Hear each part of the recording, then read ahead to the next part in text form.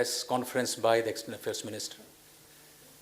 This press conference, the first by the External Affairs Minister since he assumed this office, is on the occasion of 100 days of this ministry under the present government.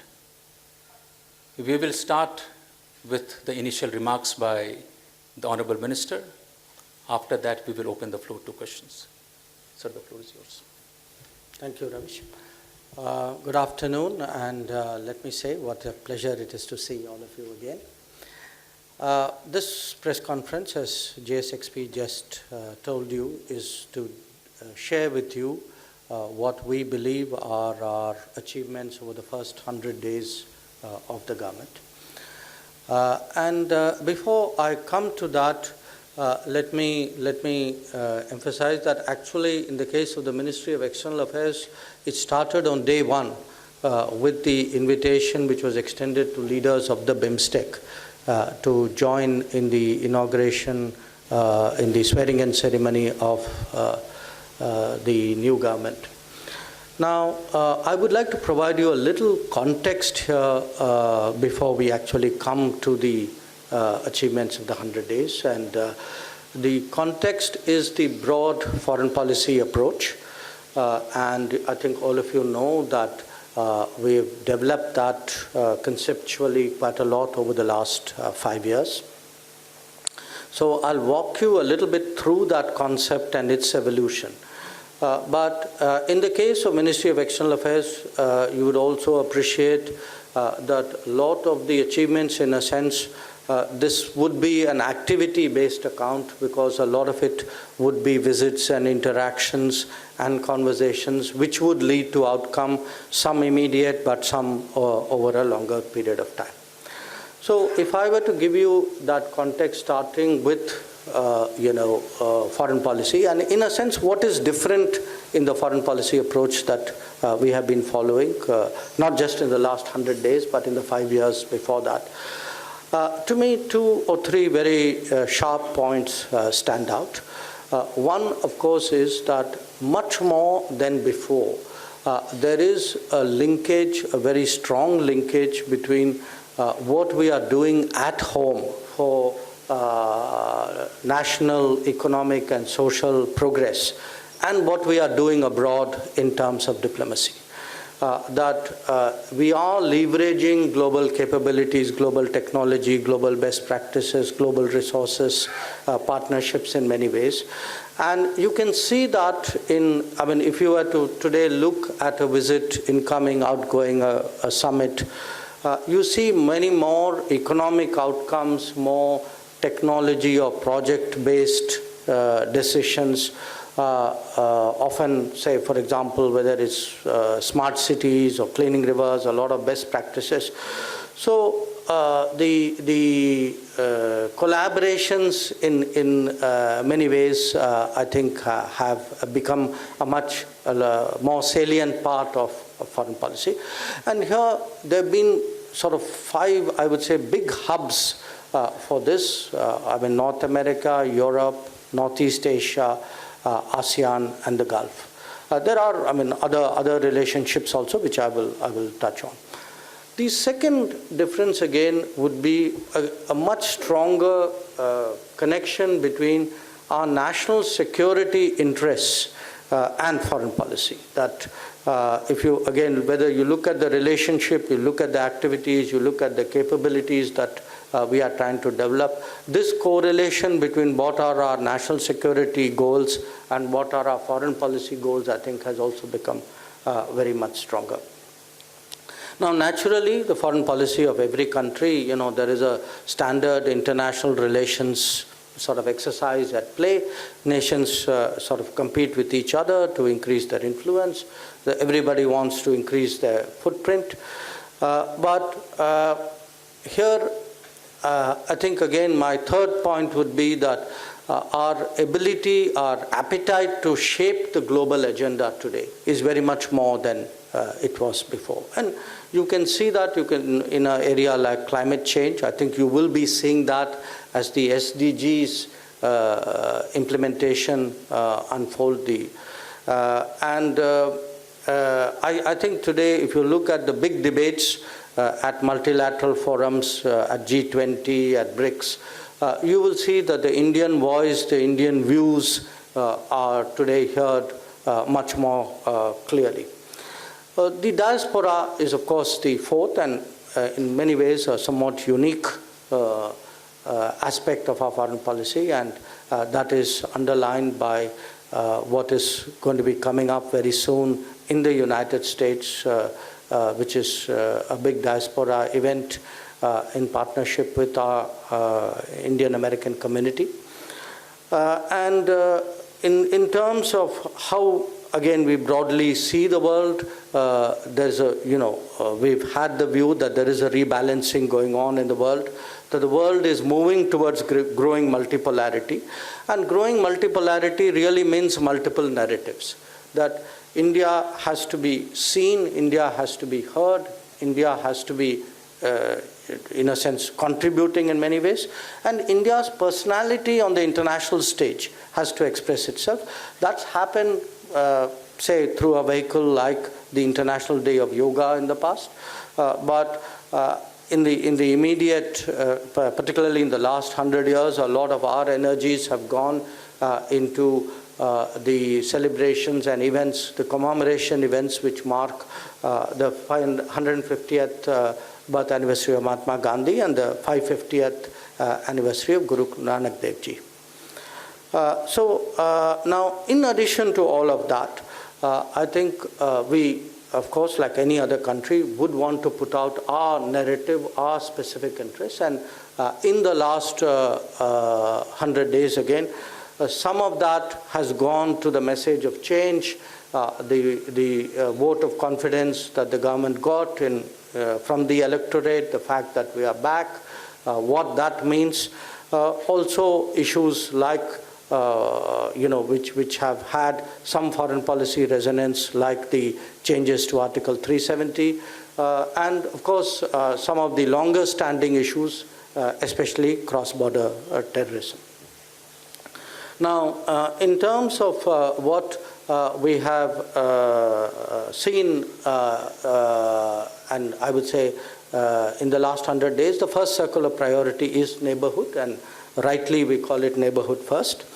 And again, many of you are familiar, neighborhood first is about connectivity, it's about commerce, it's about contacts. And we've had Prime Minister, in fact, begin his foreign travel, as he did previously, in the neighborhood with Maldives. Since then, he's been to Sri Lanka. I mean, after Maldives, he went to Sri Lanka, he's been to Bhutan. And I myself have covered Bhutan, Maldives, Bangladesh, Nepal.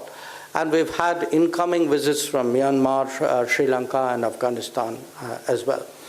And what we do expect to see going forward is a continuation of this generous, non-reciprocal policy towards our neighbors, which will focus a lot on projects, on people-to-people contacts, on business contacts. And we hope really to build a stronger, better neighborhood, but recognizing that we have a unique challenge from one neighbor, and that until the issue of cross-border terrorism is successfully addressed, and until that neighbor becomes a normal neighbor, that would remain a challenge.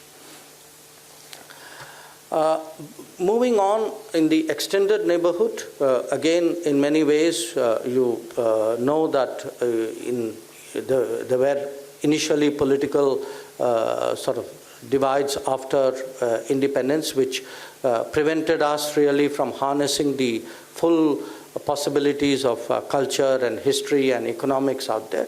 But today, between look east towards ASEAN and what we are doing in the West, and in fact, Foreign Secretary has just come back today from Iran, we've really done, I think, an enormous amount to change the relationship, change perceptions of India, both to the East and the West.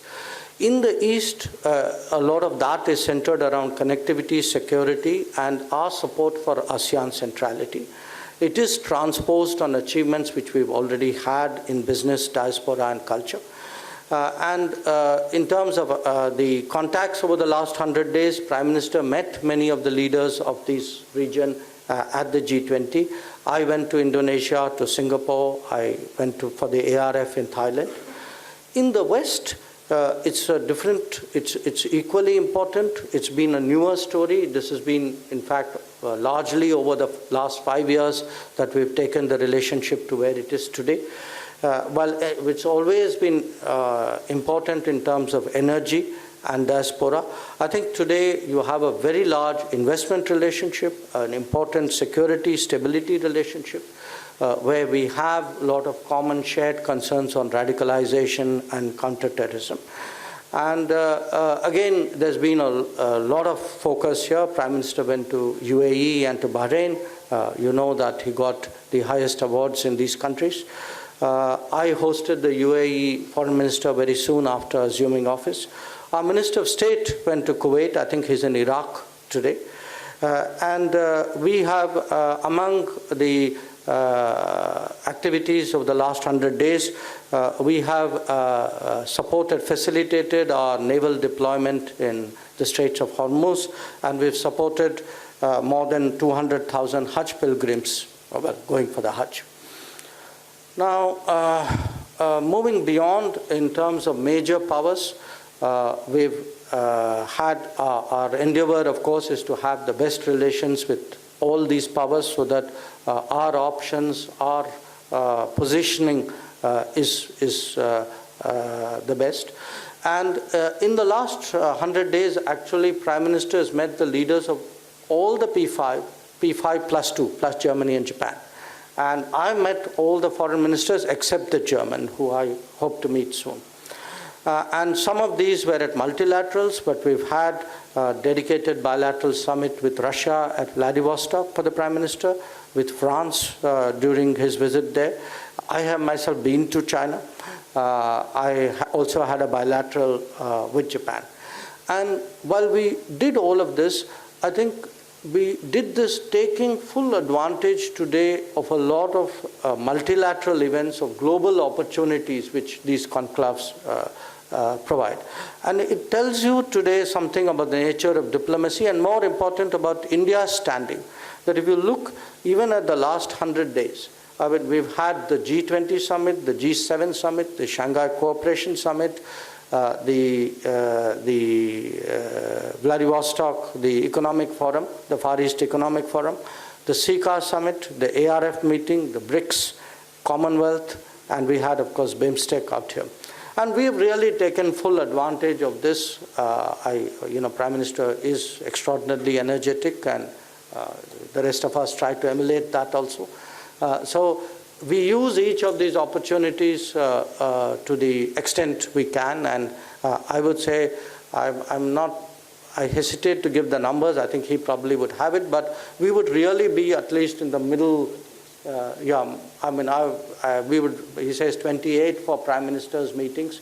Mine would be more, partly because of more events that I've attended. In Africa also, we've been very active in the last 100 days, and we regard it today as a focused continent. Our vision for Africa was spelled out by Prime Minister last July at Uganda. And the 18 embassies which we have decided to open are all in Africa.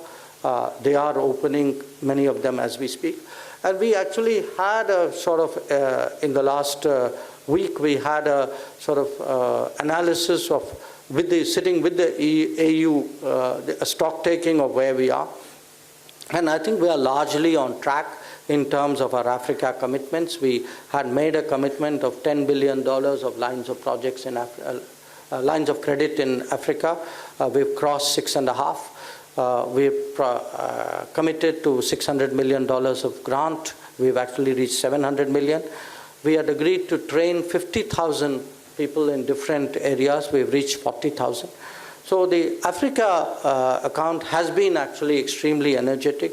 Honorable Rashtrapati Ji had visited Benin, Gambia, and Guinea. In fact, the first head of state visit we hosted was from Zambia, and Minister of State Muralidharan Ji has gone to Nigeria, Cameroon, Togo, and Cote d'Ivoire.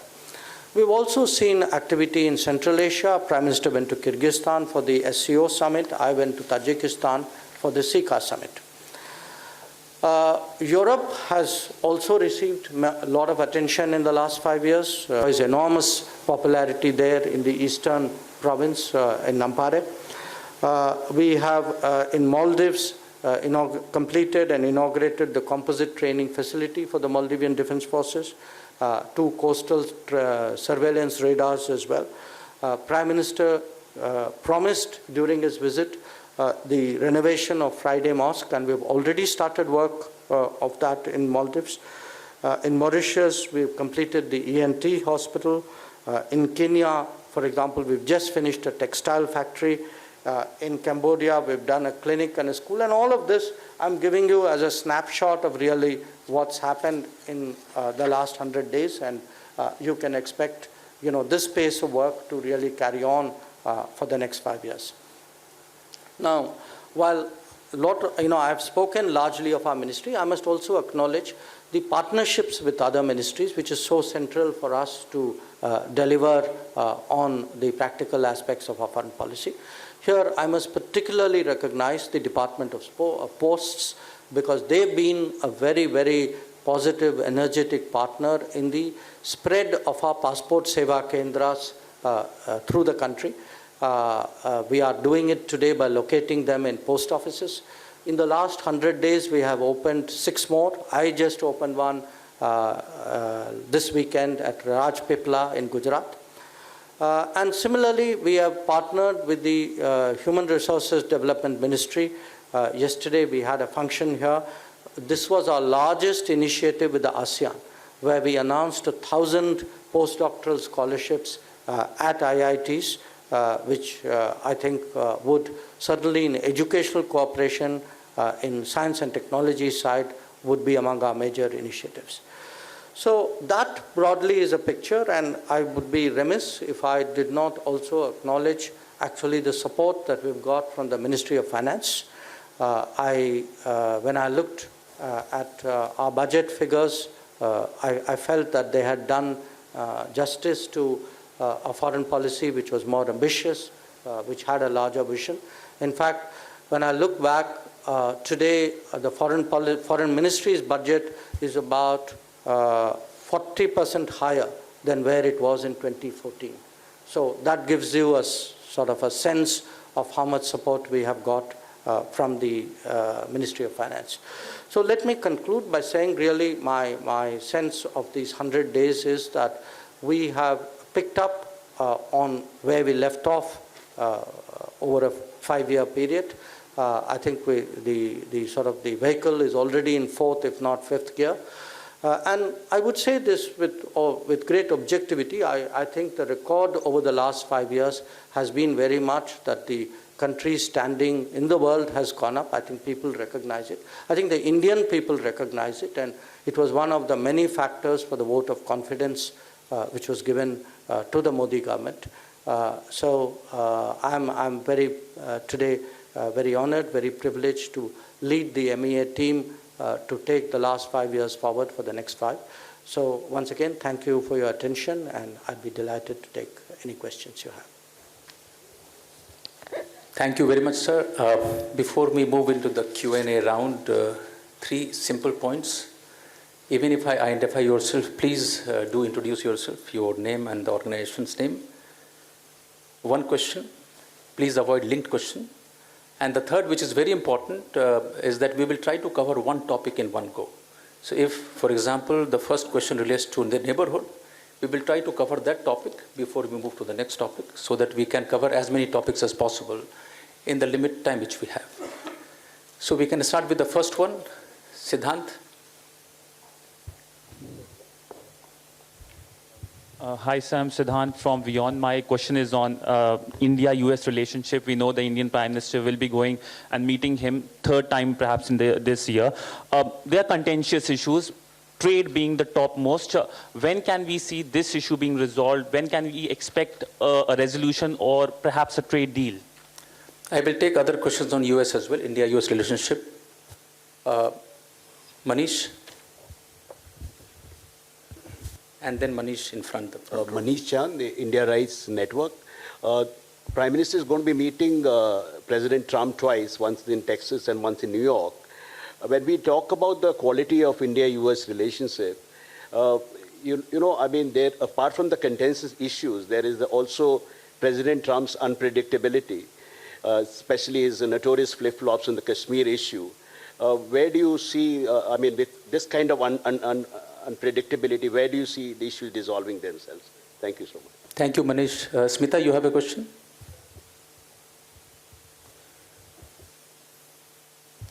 Smita Sharma. Several US congressmen, military committees have raised concerns about the human rights situation in Kashmir. As the Prime Minister heads there, and the External Affairs Ministry has been doing much firefighting about the internal situation in the state. Is there any assessment that you have in terms of by when can at least the political detentions be phased out, it's going to get over, or is the detention going to be a normal till the neighborhood state, till the neighbor doesn't turn into a normal state?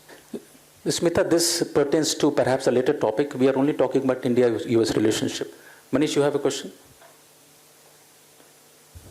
Sir मैं मनीष झा हूँ TV9 Bharatvarsh से और मेरा सवाल ये है कि 4 दिन बाद जब प्राइम मिनिस्टर मोदी और प्रेसिडेंट ट्रंप दोनों एक ही मंच पर होंगे, 50,000 से ज़्यादा लोगों की भीड़ होगी, तो कश्मीर पर भारत के फैसले के बाद ये कैसा मैसेज होगा पाकिस्तान के लिए या दुनिया के लिए जब दो बड़े देश के नेता एक साथ मंच पर होंगे?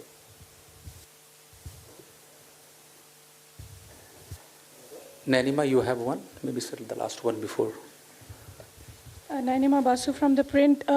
Do we plan to ask for a waiver on the Iran sanctions, so-called, from the US, as far as the waiver is concerned on purchasing oil from Iran? Thank you. Thank you. Sir. Well, look, there are some common elements in the questions which you have asked. So rather than go question by question, I'd go sort of subject by subject. Let me start with India-US and the trade issue. I think somebody described it as contentious. Somebody used the word unpredictable. That was not the relationship, that was a person. But first of all, let me make this point that India-US relations have come a long way. Look today at the quality of the relationship, look at the amount of trade, look at the political comfort, look at the security cooperation, look at the movement of people, whether you look at the business, at students, at research. There is no facet of the relationship today which hasn't sort of gone upwards really over the last 20 years. And it has gone through repeated changes of administration. It was, Democrat, Clinton, then George Bush, then Obama, then Trump. And the trajectory was always upwards. And even today, even as we are planning, for example, like an event like Houston, the thinking is from our side is actually very bipartisan. And from their side also, the approach is very bipartisan. So the first thing I want to reassure all of you, the relationship is in very good health. Okay, I'm very satisfied about what has happened in the last few years. I'm very optimistic about where we are going. Now, as the relationship grows, as any relationship grows, there will be issues. The only way you cannot have a trade problem is if you don't trade. And trade problem, by the way, often happens with people you are closest to, because actually it's with them that you do the most trade. So its trade problems are normal. In fact, in many ways, they're reflective of a very substantial relationship. So now let me give you my prognosis on the trade issues. We've been talking to the Americans. We've engaged them for many months now. Certainly, that in that 100-day record, this is not my remit, it is CIM's remit, but certainly there have been a lot of conversations over the last 100 days. And I have always been optimistic that, the time will come when after a lot of these exchanges, mostly at a bureaucratic level, there would be an effort to take it to a higher level, then sit down and see where we can find a sort of a common ground where there's give and take, and find ways by which it works for both of us. So my expectation is that some of the sharper edges that many of you seem to have picked up, that they would be addressed in some form in the not too distant future. Exactly which ones? I mean, all that is really the Commerce Minister's remit. But again, I would say, even if I were to take that as a given, I would point to you a glass which is 90% full rather than a glass which is 10% empty. I will look at all the actually activities, the business deals which are taking place, and take that really as the state of the relationship. Now, there was a reference to, there were a number of issues, questions about centering around Houston. Okay. Look, the Houston event is the third time the Prime Minister would be doing a major community event in the US. Madison Square Garden was the first in 2014, San Jose was the second, 2015, and then he hasn't been to the US at any length of time till now, so Houston is the third. And I regard this as a great achievement of the Indian American community. That if today there is an event of this size and you have someone like President Trump coming there, I think this shows really where that community has reached, how it is regarded in the United States, the respect that it commands out there. The fact, I mean, we will see in Houston what the turnout is. I think in many ways it is obviously achievement of the community. Having said that, I mean, there's no question that the community definitely today stands more motivated, more inspired, more united by the fact that somebody like Narendra Modi is the Prime Minister. So I have every expectation, having seen and participated in the earlier two events, that this too would be extremely successful. Now, regarding President Trump's presence there, I mean, I think it is a matter of great honor that he has chosen to come there to accept the invitation from the community to be there. And obviously, we would welcome President Trump in the warmest possible manner. Now, there were two questions regarding, what is the, I think it was your question, message to Pakistan, etc. Look, finally, countries develop a reputation. Okay. I think, if I remember, it was in Kabul, or I think it was in Herat, Prime Minister made that remark about information technology versus international terrorism. How one country both have reputations for IT, but IT means different things. So today, I mean, my sense is it's not just Pakistan. I think whole world will be watching the Houston event and take lessons from there about what Indian Americans have achieved, what India and the United States, the state of the relationship today. So I think there are multiple messages there. I mean, obviously, it's for the Pakistanis to read what they wish to into it, and I would say the same applies to other people in the world as well. And look, beyond a point, don't worry too much about what is the, what will people say on Jammu and Kashmir, etc. Because let me tell you one thing, there is complete predictability about my position. Okay, my position has been clear since 1972, and my position is not going to change. And at the end of the day, it is my issue.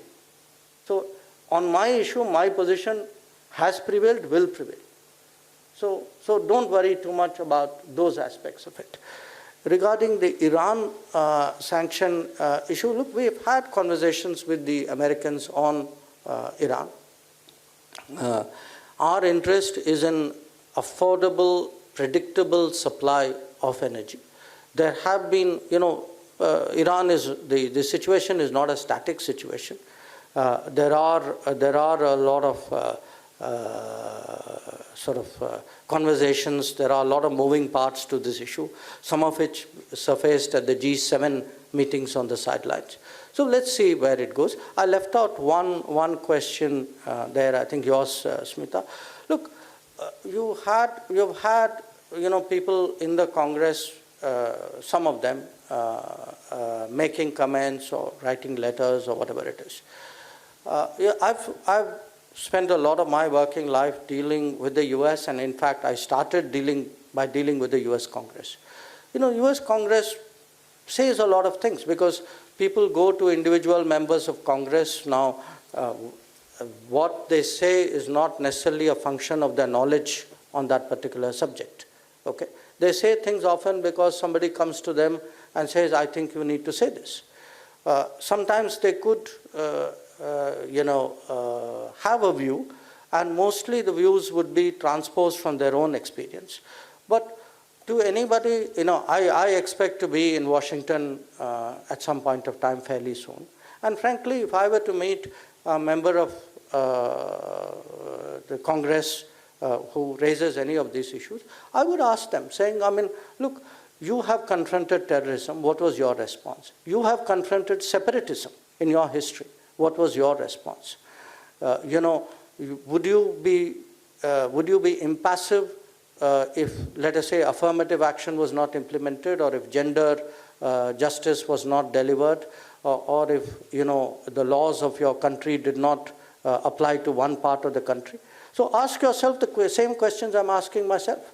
And if after all that you still have a point of view, then I'd be happy to talk to you.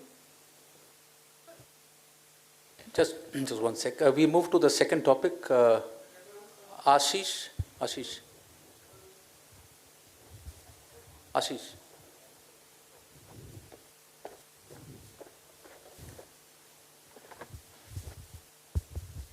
Good evening, sir. This is Ashish Singh from NewsX. I have a question related to China. There have been a lot of reports of some confrontation or skirmish along the LAC between India and China. It has been raised by the armies, and it has been raised by one of the BJP MPs as well. And there were some reports of the Chinese nuclear submarine also being detected by the Indian surveillance aircraft.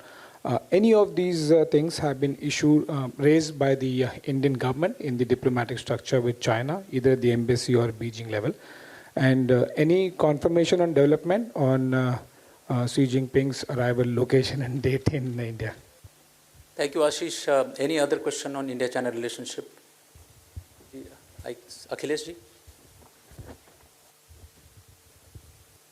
So, in relation with China, I have a question regarding that Chinese ships have been seen, coming closer to our establishment in Vietnam near South China Sea.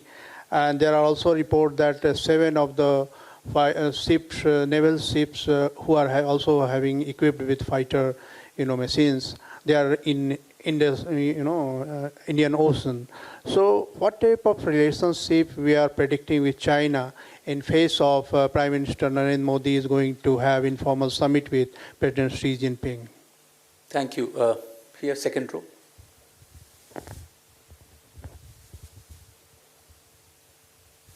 Sir, Rishikesh from Sputnik News.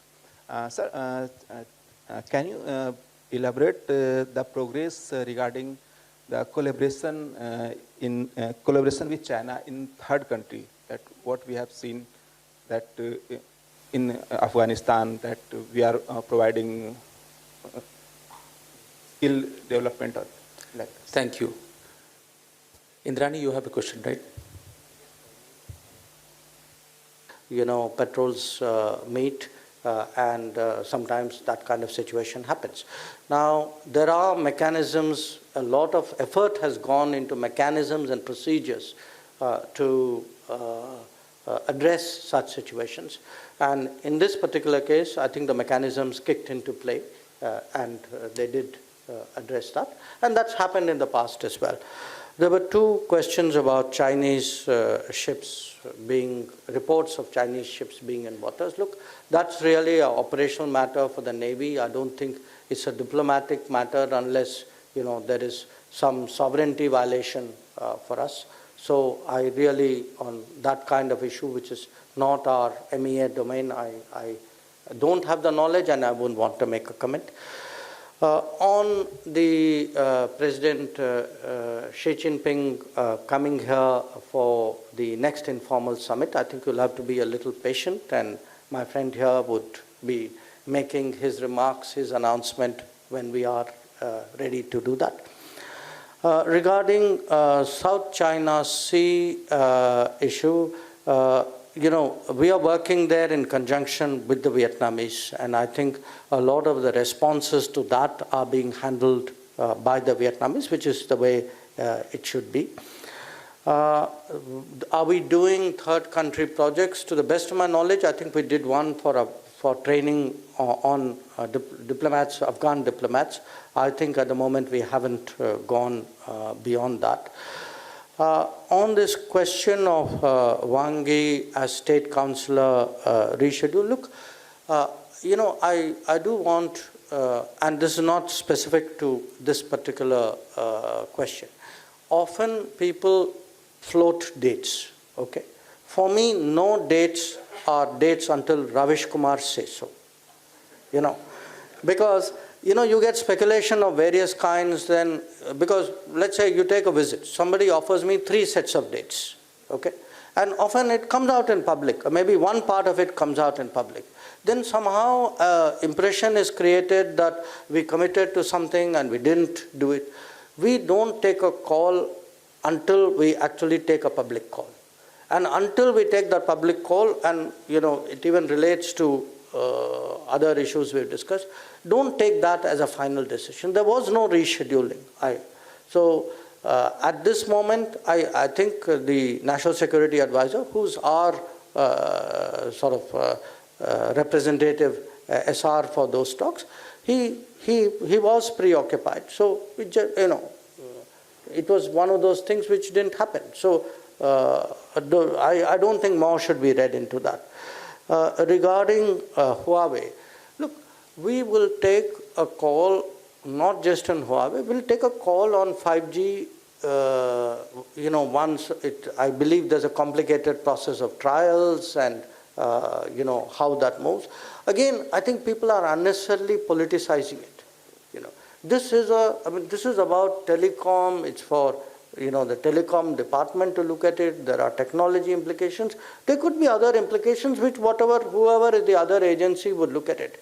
But somehow again the impression that this is a choice which is going to be a sort of a foreign policy choice. I don't think that's accurately perceiving or assessing that issue. On the Wuhan spirit, what is it we are talking about? We are actually talking about a very unique meeting between leaders of 2 important countries who spent 2 days in very comfortable, open conversation with each other on a range of subjects. It wasn't, in the past, a lot of our discussions were very choreographed, they were very formal, they were with a pre-set agenda, whereas this was much more open, it was much more freewheeling.